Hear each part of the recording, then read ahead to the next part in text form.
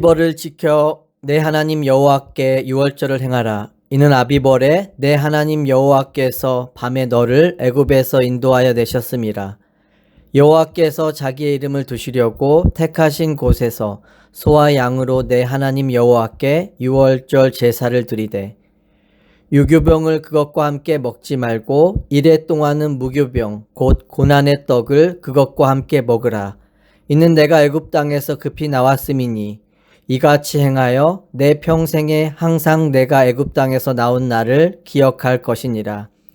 그 일의 동안에는 내 모든 지경 가운데에는 누룩이 보이지 않게 할 것이요.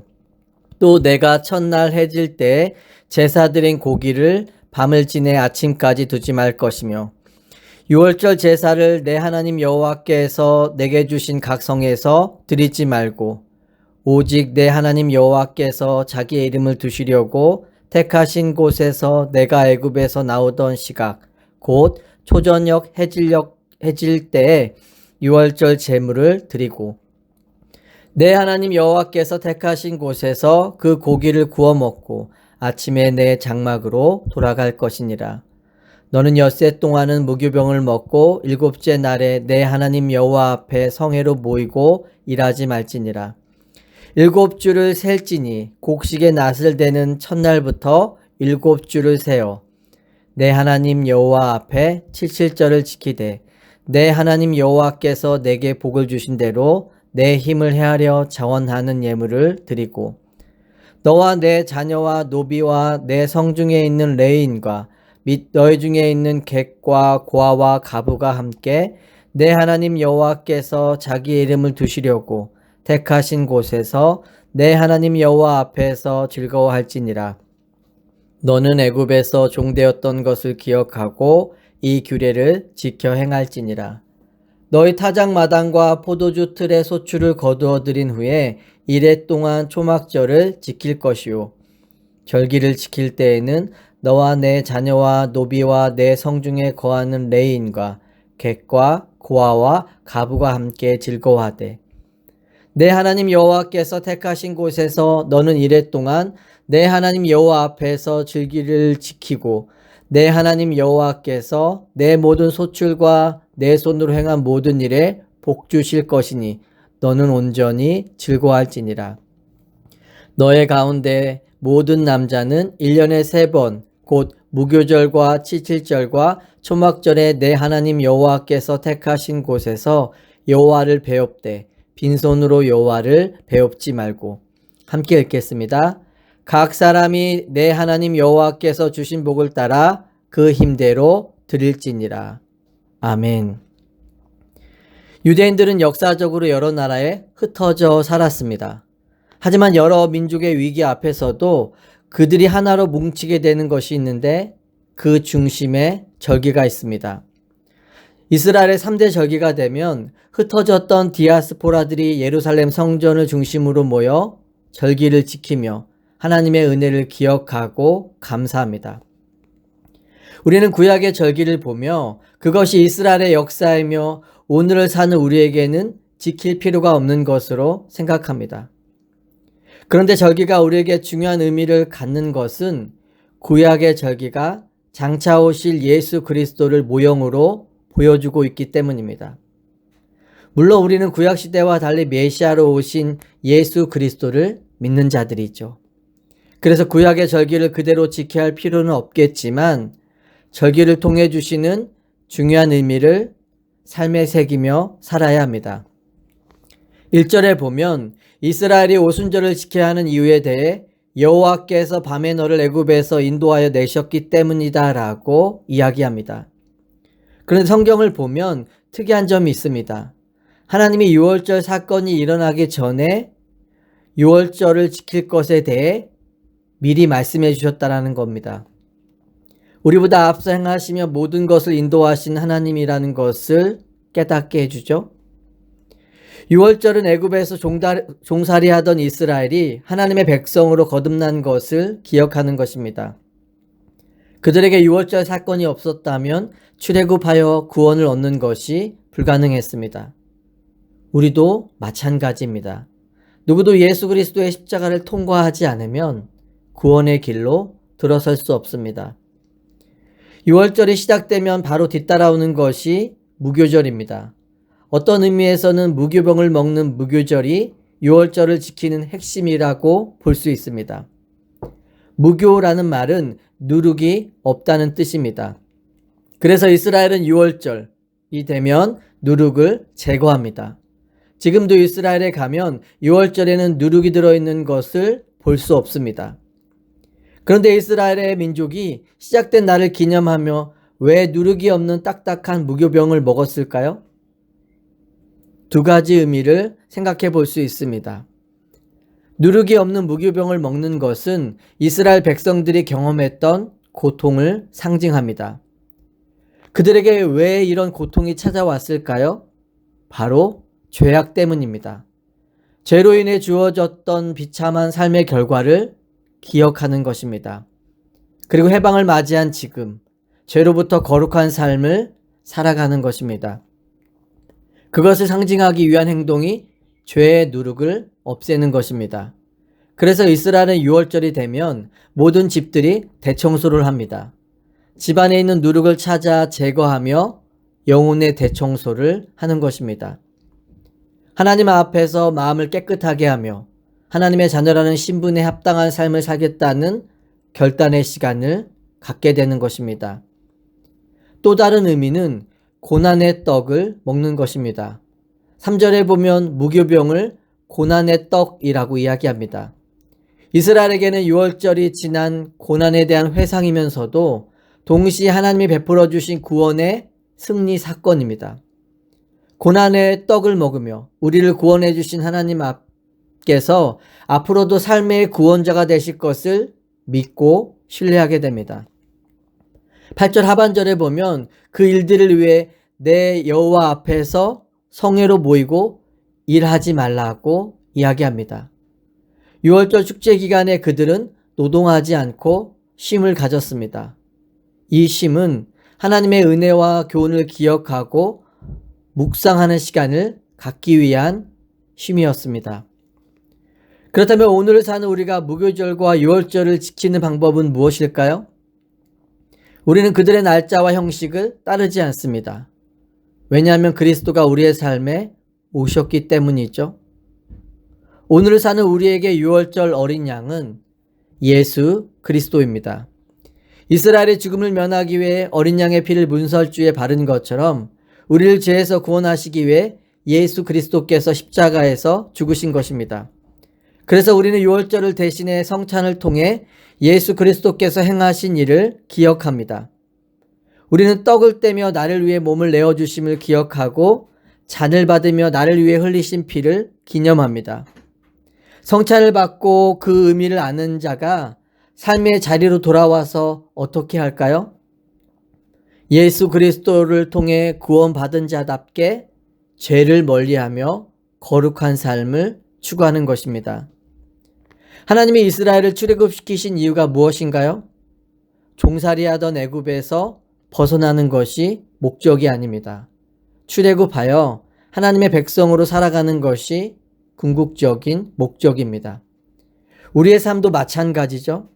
죄에서 구원받는 것이 십자가의 목적이 아니라 하나님의 거룩한 백성이며 자녀의 자리까지 가는 것입니다. 우리가 죄와 사망에서 구원받았다는 것에 만족하며 머물러 있지 말고 하나님의 거룩한 백성으로 살아가는 삶의 목표와 소망이 있을 수 있기를 바랍니다.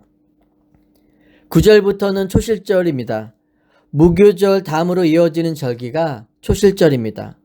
첫 열매를 바치는 절기를 가리켜서 초실절이라고 말합니다. 이스라엘 백성이 약속의 땅에 들어간 후에 씨를 뿌리고 추수 때 곡식의 단을 거두게 됩니다. 절기를 통해 첫 열매를 하나님께 바친 후 그들이 먹기 시작합니다. 이스라엘에서 안식일은 토요일이죠.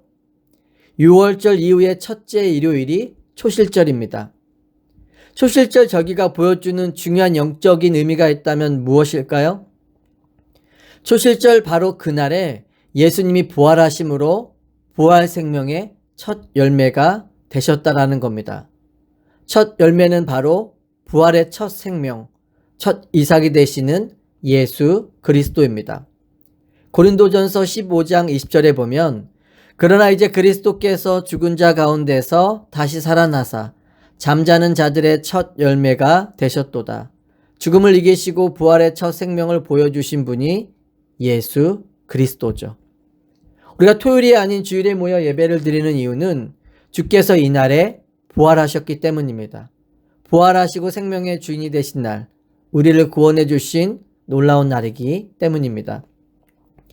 사도행전에 보면 예수님의 약속하신 성령이 주어진 날이 언제인가요? 오순절입니다. 우리가 사모하는 초대교회가 어떻게 잉태되었나요?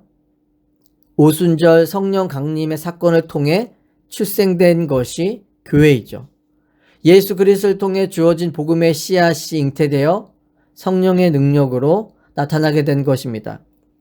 그런데 성령의 능력이 그들의 삶 가운데 어떻게 나타나게 되었을까요?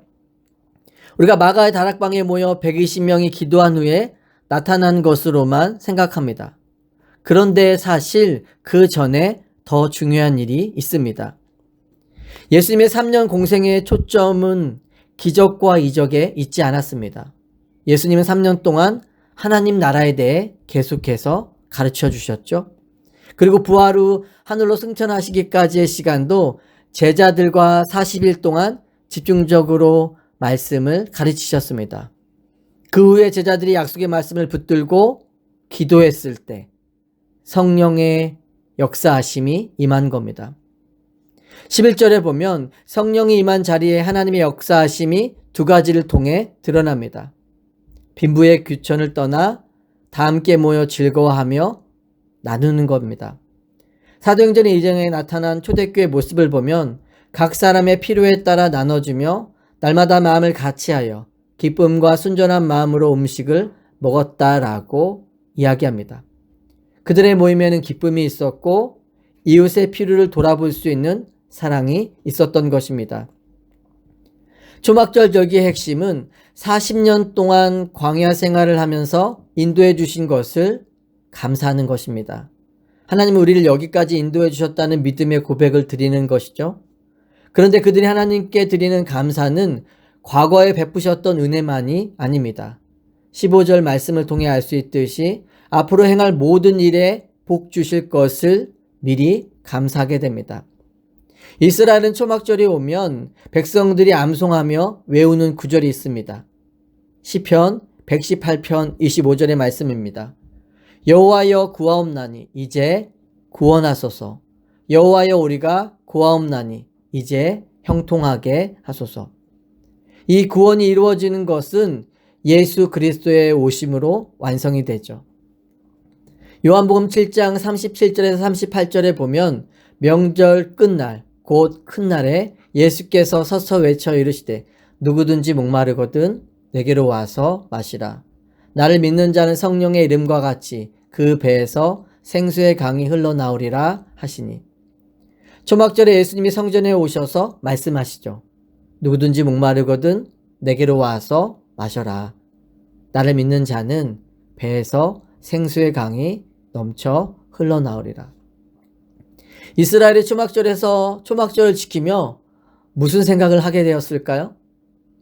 그들은 우리의 삶의 장막이 이곳이 아님을 다시금 기억하게 됩니다. 하늘에 대한 소망을 가지고 이 땅을 살아가는 자들임을 깨닫게 하십니다. 고린도후서 5장 1절에 보면 만일 땅에 있는 우리의 장막집이 무너지면 하나님께서 지으신 집, 곧 손으로 지은 것이 아니요 하늘에 있는 영원한 집이 우리에게 있는 줄 아느니라. 우리가 이 땅에서 영원히 사는 자들이 아니라 영원한 삶을 준비하기 위해 이 땅을 살아가는 자들인 줄 믿습니다. 오늘도 목마른 인생의 영원한 생명의 근원이 되시는 예수 그리스도를 붙잡고 의지하는 삶이 되기를 원합니다. 예수님이 우리의 삶의 주님이 되셔서 나를 구원하여 주심에 감사할 수 있는 복된 하루가 되기를 예수 그리스도의 이름으로 축원합니다.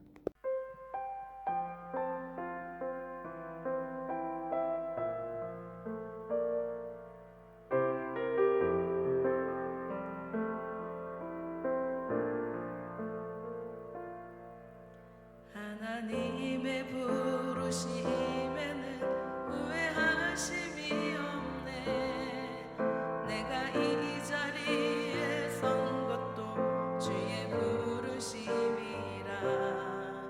하나님의 부르심에는 결코 실수가 없네. 나를 부르신 하나님의 신실하심을 믿네. 날 부르신 뜻 내 생각보다 크고, 날 향한 계획 나의 지혜로 생각 못하나. 가장 좋은 길로, 가장 완전한 길로 오늘도 나 이끄심 믿네. 작은 나를 부르신 뜻을 나는 알 수 없지만 오직 감사와 순종으로 주의 길을 가리라. 때론 내가 연약해져도 주님 날 도우시니 주의 놀라운 그 계획을 나는 믿으며 살리.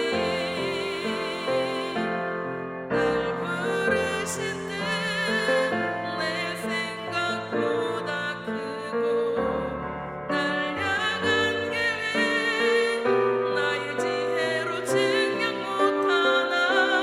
가장 좋은 길로, 가장 완전한 길로 오늘도 나 이끄심 믿네. 날 부르신 뜻 내 생각보다 크고, 날 향한 계획 나의 지혜로 생각 못하나. 가장 좋은 길로, 가장 완전한 길로 오늘도 나 이끄심 믿네.